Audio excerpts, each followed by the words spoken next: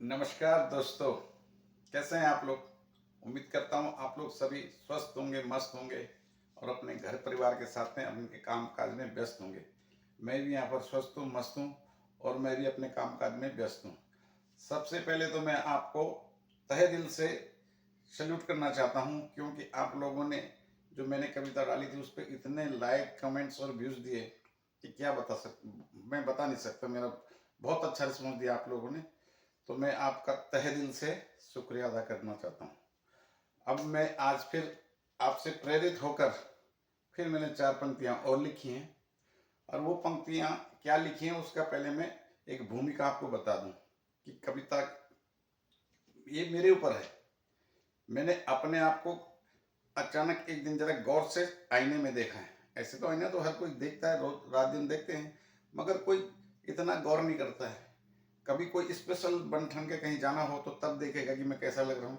मगर मैंने एक दिन बिना बिना बन ठन के सुबह सुबह जब मैं उठा और देखा और चेहरे में तो मेरी नज़र पड़ी, और थोड़ा सा मैंने गौर किया चेहरे के ऊपर, तो तब मुझे लगा कि अरे ये क्या हो गया। तो उसके ऊपर मैंने एक कविता लिखी है। इसमें दो करेक्टर हैं, एक तो मैं हूँ और एक दूसरा करेक्टर जो है वो मेरे आईने में जो प्रतिबिंब दिख रहा है। इन दोनों का आपस में फिर वार्तालाप चलती है। आपस में मैं बोलता हूँ कि अरे मेरे को क्या हो गया, ये हो गया, तो फिर वो सामने प्रतिबिंब जो है उसका आंसर देता है। ये आप लोगों को समझना है कविता में कि कौन सी पंक्ति मेरी है और कौन सी प्रतिबिंब की है। तो इसका कविता का मेन मेन मतलब समझाने का मेरा मतलब यही है, इसलिए आप लोगों को समझने में तकलीफ ना हो। तो मैं आपको बताता हूँ कि क्या लिखा है। 4 पंक्तियाँ। एक दिन खुद को आईने में देखकर, एक दिन खुद को आईने में देखकर खुद पे ही रोना आ गया। एक दिन खुद को आईने में देखकर खुद पे ही रोना आ गया। क्या था मैं पहले और अब क्या हो गया। क्या पहले था मैं और अब क्या हो गया। मुझे रोता देखकर, मुझे रोता देखकर आईना बोला, अरे भाई तेरा क्या कुछ खो गया। मुझे रोता देख आईना बोला, अरे भाई तेरा क्या कुछ खो गया। हाँ, कल तक मेरे पे जवानी थी। हाँ, कल तक मेरे पे जवानी थी और आज बुढ़ापा आ गया। अरे मूर्ख, तू इस बात को लेके रो रहा है। अरे मूर्ख, तू इस बात को लेके रो रहा है। जवानी तो होती है बेवफा, इसने कब किसका साथ निभाया है। अरे छोड़ फिकर जवानी की और कर कदर बुढ़ापे की। छोड़ फिकर जवानी की और कर कदर बुढ़ापे की, ये बड़ा वफादार होता है। छोड़ फिकर जवानी की और कर कदर बुढ़ापे की, ये बड़ा वफादार होता है।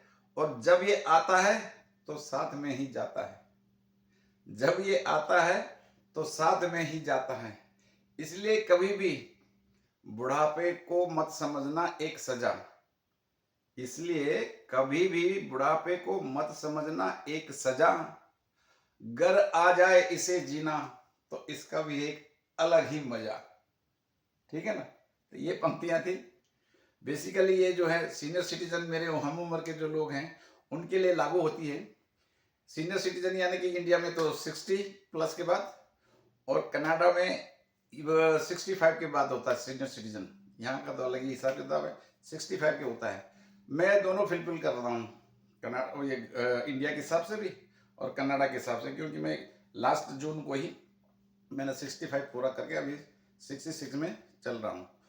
तो इस पर ये भी जरूरी नहीं है कि मेरे सीनियर सिटीजन, अब जो दूसरे हमारे जवान हैं वो भी देखेंगे तो कल तो उनको भी हमारी उस पोजीशन में आना है ना। इसलिए सबके लिए है। और आपको कविता कैसे लगी, फिर से जैसे आपने पहली वाली कविता में प्यार दिया है, अभी भी फिर चाहता हूँ कि ऐसी उम्मीद मुझे फिर इस कविता से हुई है। और जब तक इसके बाद कुछ आता है तब तक आप कीजिए इंतजार और मुझे दीजिए इजाजत, इस वादे के साथ कि फिर होगी दोबारा मुलाकात। Thank you so much.